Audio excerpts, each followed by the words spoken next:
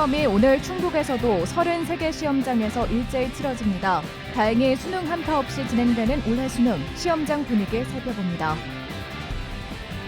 충북도의회 행정사무감사에서 충북도청 본관 건물을 복합문화공간으로 바꾸는 문화의 궁전 사업에 대한 질타가 이어졌습니다. 덮개 없는 맨홀 구멍에 빠져 사람이 다쳤는데 구멍을 판 농어촌 공사와 관리권이 있는 보훈군은 책임 공방만 벌이고 있습니다. 피해자는 병원비도 받지 못했습니다. 오토바이를 이용해 사고를 낸 뒤 치료비를 챙긴 배달 기사들이 보험 사기 혐의로 무더기 적발됐습니다.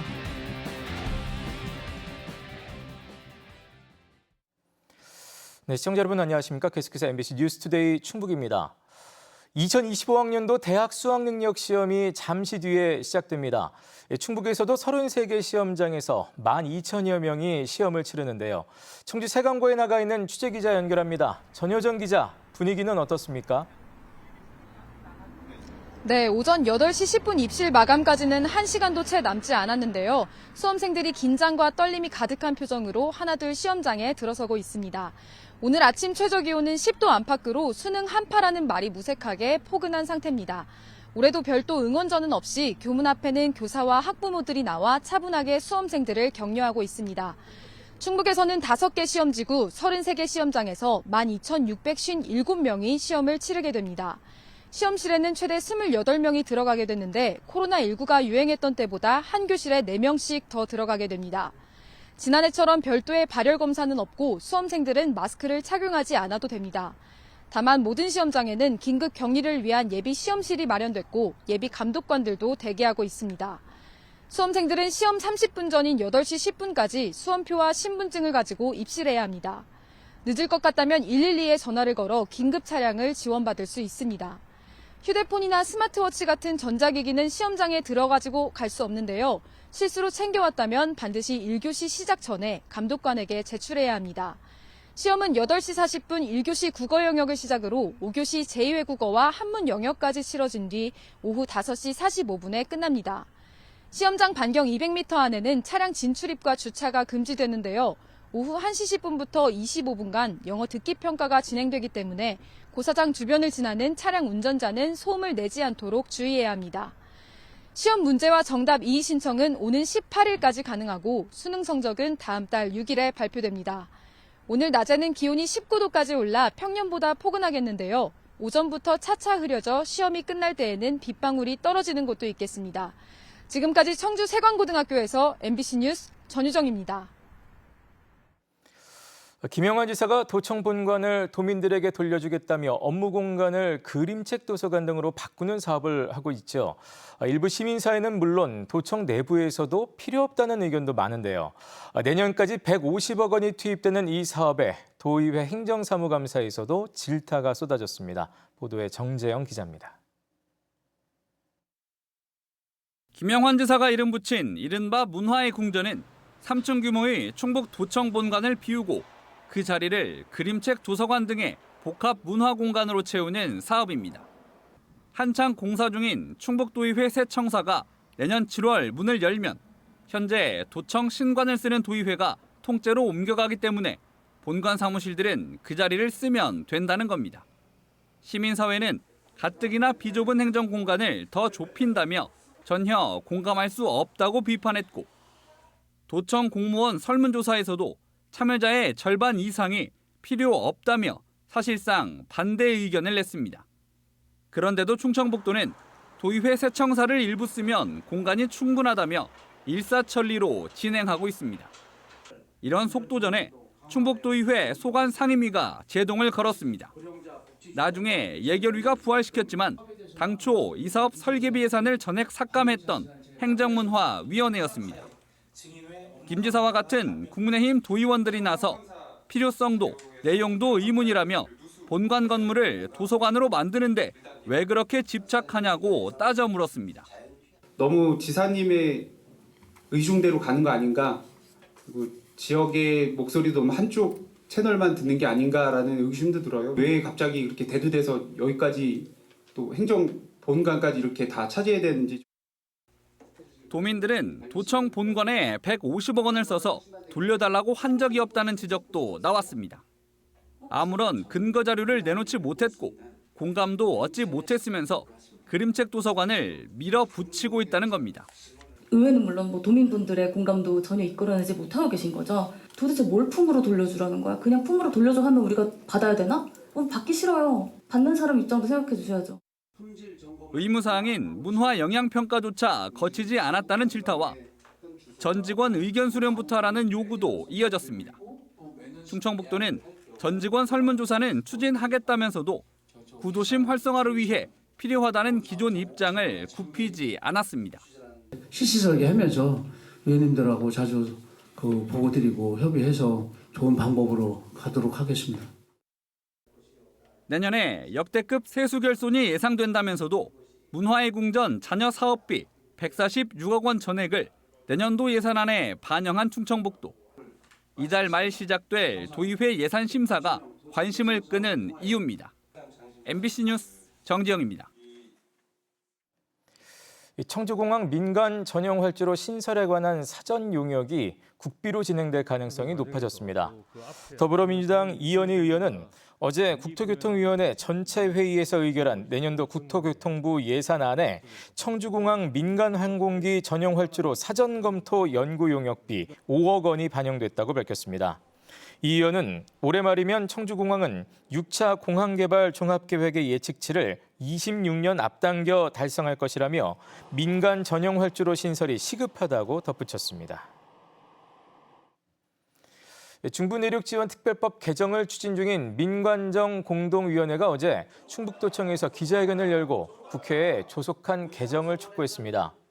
민관정위원회는 특별법 제정은 정파와 지역을 초월해 이뤄낸 성과라며 지금 개정안을 발의해야 올해 안에 상임위에 올라갈 수 있다고 말했습니다.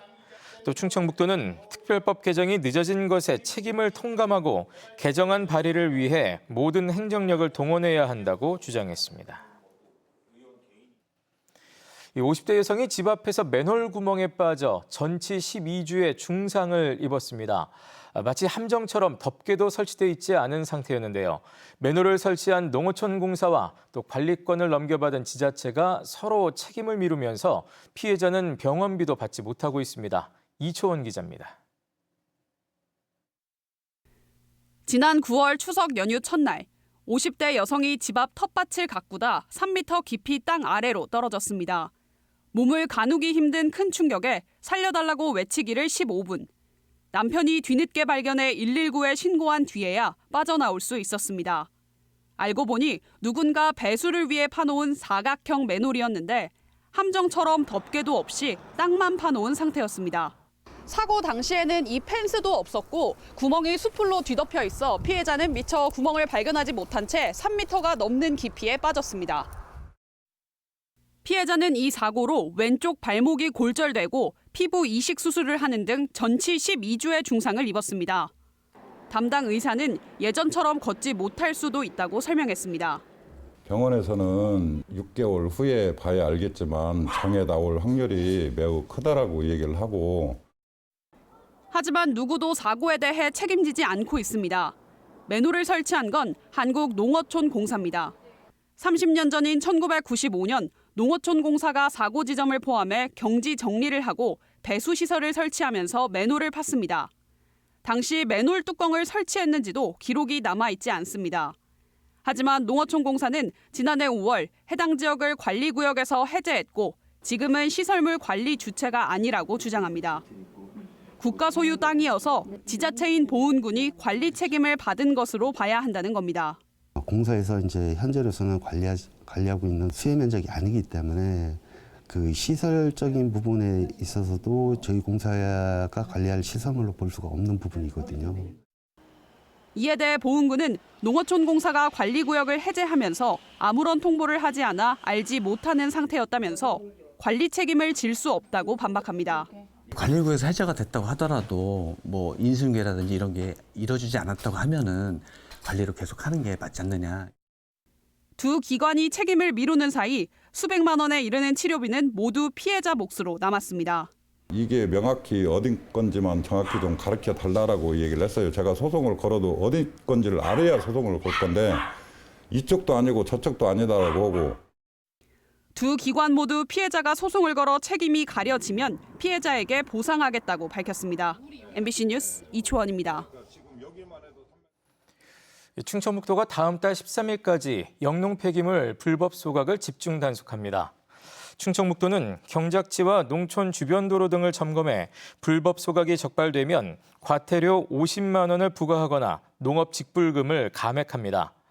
충청북도는 영농 폐기물을 분리 배출하는 농민들에게는 수거 보상금을 주는 제도도 함께 운영합니다. 충청북도는 영농 폐기물을 수거해 차량이 접근할 수 있는 장소로 운반하면 각 시군에서 수거하겠다고 밝혔습니다. 시멘트 폐기물 반입세 신설을 포함한 관련법 개정안의 연내 발의가 무산됐습니다.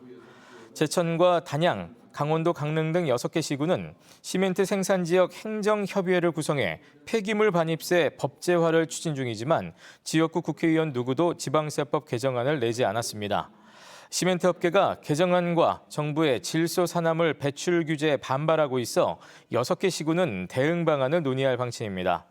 한편 충북과 강원 지역 국민의힘 소속 의원들은 민선 7기에도 폐기물 반입세 신설에 동조하지 않았습니다. 청주를 중심으로 충북 각지에서 오토바이를 이용해 사고를 낸 뒤 치료비를 챙긴 배달기사들이 무더기로 적발됐습니다. 한두 건 신고로 수사가 시작되자 고구마 줄기처럼 딸려 나온 피의자가 무려 200명에 가깝습니다. 김은초 기자가 보도합니다. 갓길에 멈춰있던 승용차가 방향을 틀어 2차로에 서서히 진입합니다. 그런데 갑자기 뒤에서 나타난 오토바이가 차에 부딪혀 중심을 잃고 쓰러집니다. 배달 오토바이 기사는 허리를 붙잡고 차량 운전자에게 거세게 항의합니다. 한 아파트 단지에서는 오토바이가 차량 뒤로 바짝 붙어 따라오다 차량이 후진하자 그대로 부딪힙니다. 알고 보니 오토바이 기사 둘 다 고의로 사고를 유발했는데 허위로 치료비를 청구해 보험금을 받아 챙겼습니다. 이런 배달 라이더들이 경찰에 무더기 적발됐습니다. 처음엔 20명을 대상으로 수사가 시작됐는데 이 과정에서 관련 피의자가 183명으로 급격하게 늘어났습니다. 몇 건의 보험 사기 의심 신고 때문에 보험회사에 수사 협조를 요청하자 의심 사례가 무더기로 쏟아져 나왔습니다. 대부분 20대 오토바이 배달 기사로 차로 변경 중인 차량을 일부러 들이받거나 조직적으로 짜고 사고를 낸 뒤 보험금을 나눠 챙기기도 했습니다. 이런 식으로 지난 2020년부터 4년 동안 타낸 보험금이 5억 원이 넘는데 한 명이 8차례에 걸쳐 3천만 원을 챙긴 경우도 있었습니다. 오토바이 사고가 나면 보험사가 현장에 출동하지 않고도 사고 접수하는 경우가 많다는 점을 노렸습니다. 보험회사에서는 피해자 측한테 이제 보험금을 지급해야 되기 때문에 보험 사기로 의심이 돼도 일단 선 지급을 합니다. 그렇기 때문에 당연히 보험료 인상이 되는 원인은 됩니다. 경찰은 피의자 183명을 보험사기 방지 특별법 위반 혐의로 불구속 송치하고 같은 수법으로 범행을 저지른 40여 명에 대해서도 추가 수사를 벌이고 있습니다. MBC 뉴스 김우초입니다. 요즘은 전동 킥보드가 흔해지면서 무면허 운전이나 안전모를 쓰지 않는 불법 이용자도 또한 늘고 있습니다. 경찰의 단속에도 큰 효과가 없는 현실인데요.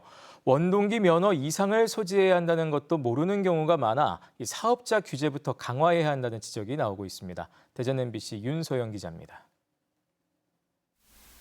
교차로를 가로지르는 버스와 전동 킥보드가 충돌합니다. 안전모를 쓰지 않고 달리던 이용자 2명 가운데 1명은 끝내 숨졌습니다. 사고가 잇따르자 경찰과 지자체가 합동 단속에 나섰습니다. 단속 30여 분 만에 10명이 적발됐는데 안전모를 쓰지 않은 이용자는 작고 보니 면허도 없었습니다. 헬멧은 알고 있었어요. 면허는? 그건 몰랐습니다. 매년 대전에서만 안전모 미착용으로 적발되는 건수가 3,000건을 넘어선 가운데 특히 무면허 적발은 올해 처음 1,000건을 돌파했습니다. 허술한 면허 등록 절차부터 문제였습니다. 휴대전화 앱만 설치하면 면허를 등록하지 않아도 개인형 이동장치를 이용할 수 있었습니다. 대학가 앞에 놓여있는 3개 업체의 전동 킥보드 모두 운전면허 등록 없이도 대여가 가능했습니다. 경찰은 원동기 이상의 운전면허가 없는 무면허 이용자를 대상으로 단속을 강화하겠다는 계획입니다. 많은 사람들이 PM을 어렸을 때부터 킥보드 같이 그냥 타는 경우가 있어서 PM을 탈 때는 운전면허가 있어야 된다는 것을 많이 홍보를 해줘야 된다고 생각합니다. 무면허로 개인형 이동장치를 이용하다 사고를 내면 5년 이하의 금고형 또는 2천만 원 이하의 벌금형을 받을 수 있습니다. 사업자의 운전면허 확인을 의무화하는 법률안은 여전히 국회에 계류 중인 가운데 지난해 발생한 개인형 이동장치 사고는 5년 전보다 80% 증가한 2천여 건에 달했습니다. MBC 뉴스 윤소영입니다.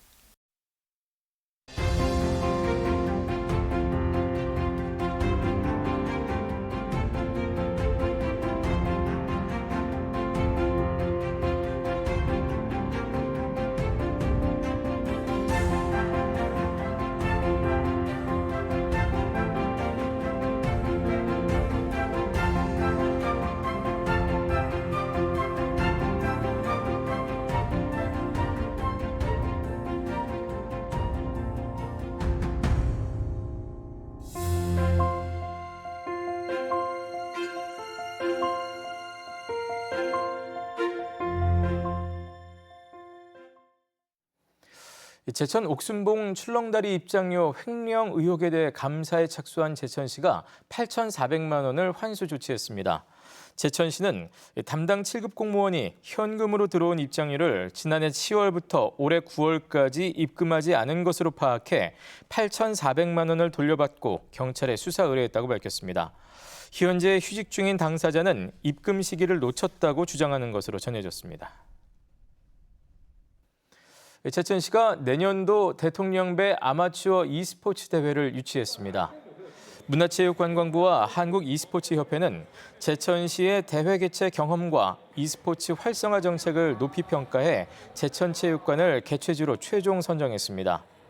충북 최초로 열리는 대통령배 e스포츠 대회는 7억 원이 투입돼 내년 8월 개최될 예정이며 전국 17개 시도 선수단과 관람객 등 5천여 명이 참가할 예정입니다.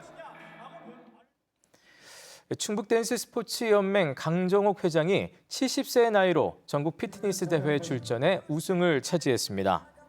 강정옥 회장은 최근 열린 전국 보디빌딩 피트니스 충청대회 4개 종목 가운데 40세 이상 비키니 마스터즈와 퍼스트 타이머에서 각각 1위에 올랐습니다.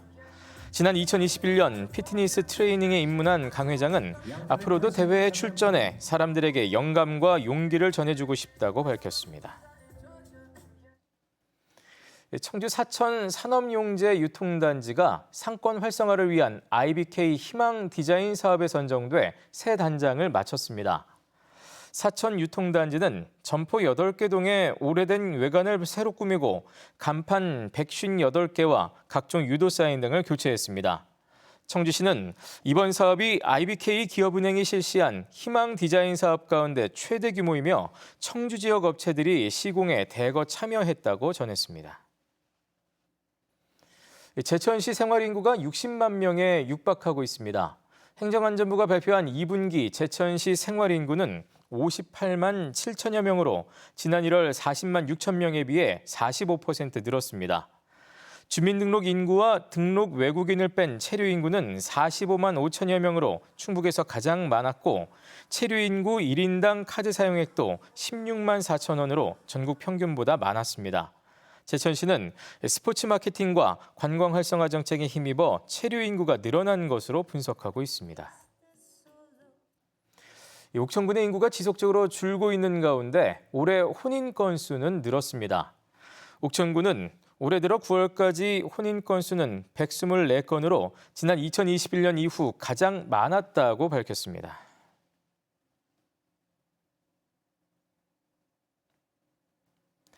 네, 뉴스를 마칩니다. 함께 시청해주신 여러분 고맙습니다.